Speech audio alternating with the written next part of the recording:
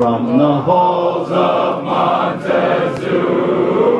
to the shores of Tripoli, we will fight our country's battles in the air, on land and sea.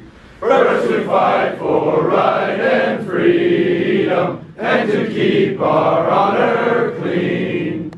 We are proud to claim the title of United States Marines. Hoorah! Thank you very much. Yesterday, I had a couple questions asked to me that sparked a couple of things. I asked, or somebody asked, why did I ever get out of the Marines? And then Sade later on that day asked, hey Dad, she had been watching Back to the Future, and she'd asked me,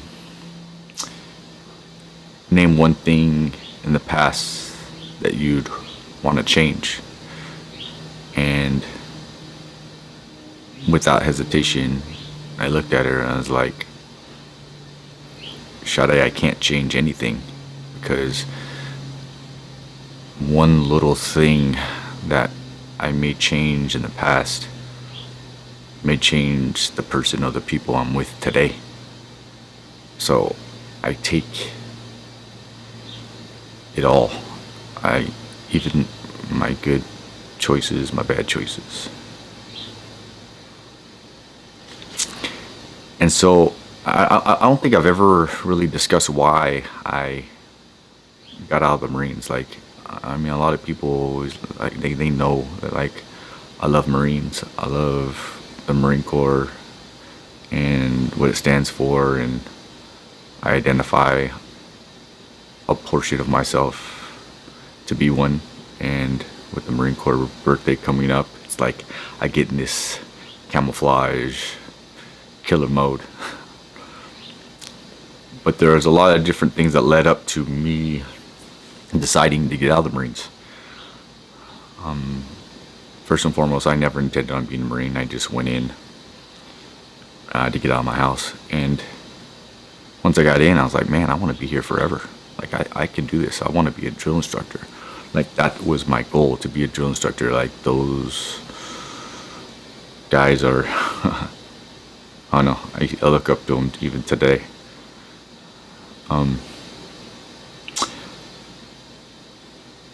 But to be honest with you, I think it all started, my foot out of the Marines all started with my deployment.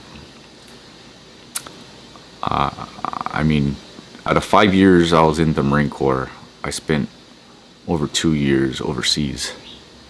And that's really difficult if you have a loved one or a kid. Now, I wasn't married yet, but I was with my wife, our girlfriend then, and little Jenica was like only while I was in, she was only like a year old when I first got in. And being away from them on a combat deployment was pretty difficult for me. I mean, I got through it fine, but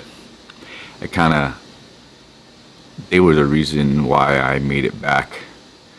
And I kind of opened the door of, like, is it worth being away from loved ones? Like, my goals of being a Marine and what I want to do, is it worth the possibility of spending another year away from them? Because a whole year away from your significant other or a kid, your kid, is pretty hard.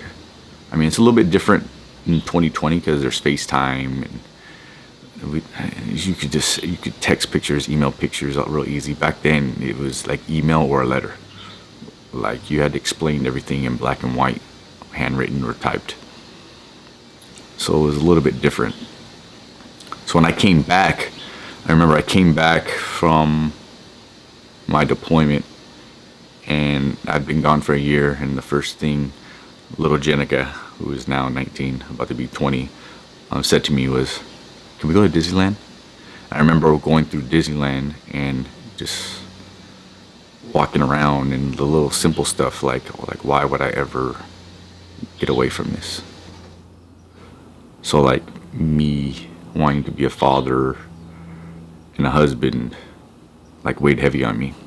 I remember speaking to Meraldo one time. I mean, we were in a bunker and I don't know, everyone was scared and we were like, "Don't worry, Meraldo, we're gonna be fine. I'm supposed to be a father in this world. We're gonna make it back." So that, number one, is why, or the beginning of why I was like, maybe this isn't for me.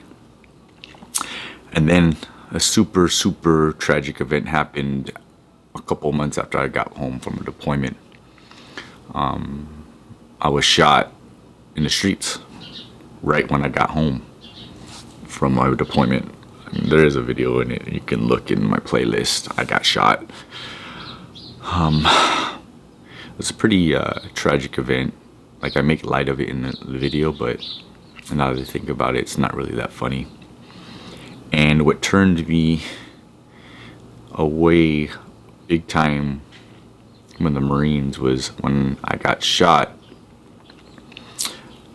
I got accused and questioned for having some foul play, like having involvement, or like it was my fault that I got shot.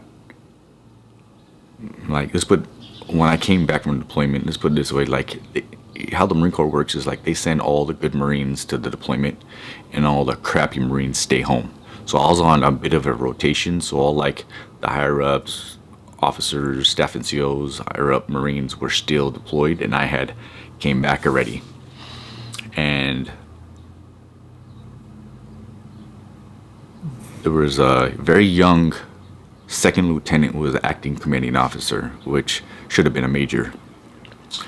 And I got shot on an Easter night going to go get beer and ice cream, and I was the only sober one, and some random dude shot me.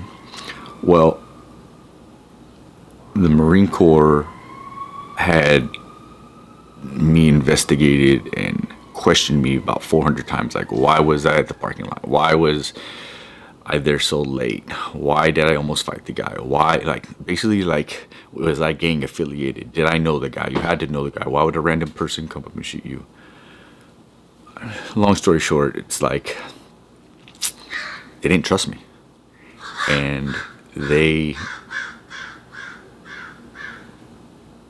almost, I kind of want to, I mean, it's a little bit extreme, but I kind of put it as like, you never blame a rape victim for being raped. There's no reason why anybody should ever get raped, ever. I don't care what you say, what they wear, what they look like, what they were doing. Nobody deserves to be raped. Just like nobody ever deserves, if they're innocent, to be shot point blank to kill. Like, there isn't. And they investigated me with some crazy stuff. They didn't pay my doctor's bills. I was getting calls creditors from the ambulance company and from the hospital, and they basically put it on freeze. So it left a very, very sour taste in my mouth about the Marines. Now, when I say Marines, and then correction, the Marine Corps. There's a very big difference between Marines and the Marine Corps. Like, the Marines is like our buddies, our brothers. The Marine Corps as a whole is like the power of the Marines. I've never lost like love for Marines, but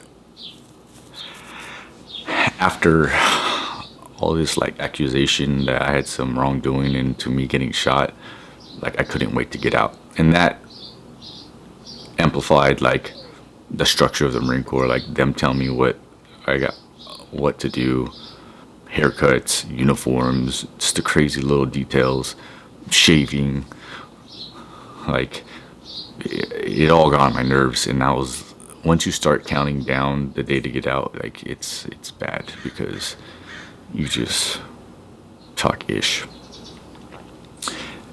And I really didn't have too much of great like leadership, as in like staff NCO or higher up leadership in the Marines, because a lot of the guys in my field, which was calm, a lot of guys got out because they got paid a lot of money to do the same job that they're doing in the Marines, but in the civilian sector, like a lot more money. So a lot of guys got out, so our field was always rotating.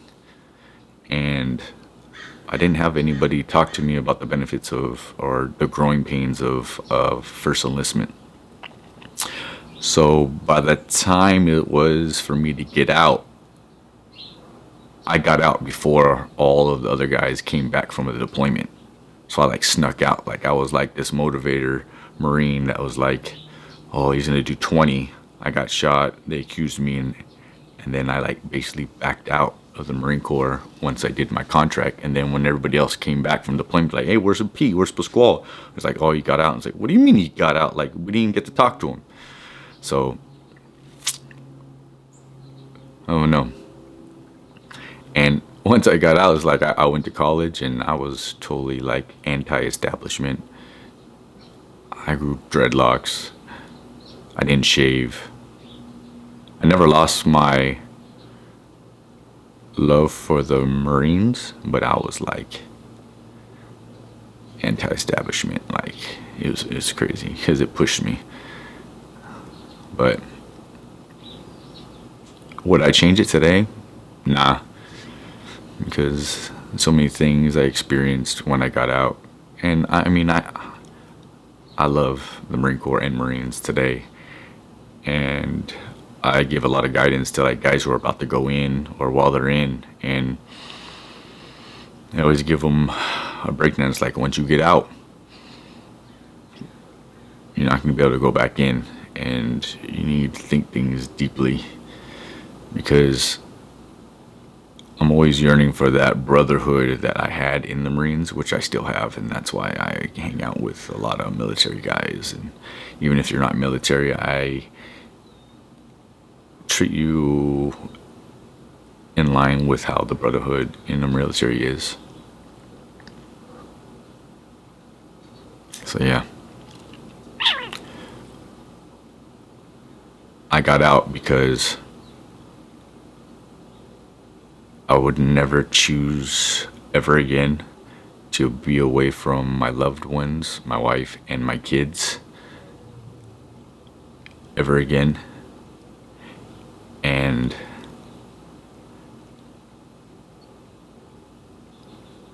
I can't be around an establishment that is founded on honor, and then once that honor is tested, they don't believe a platoon sergeant of Marines. Yeah, so that's my story. They didn't believe me. So I got bitter.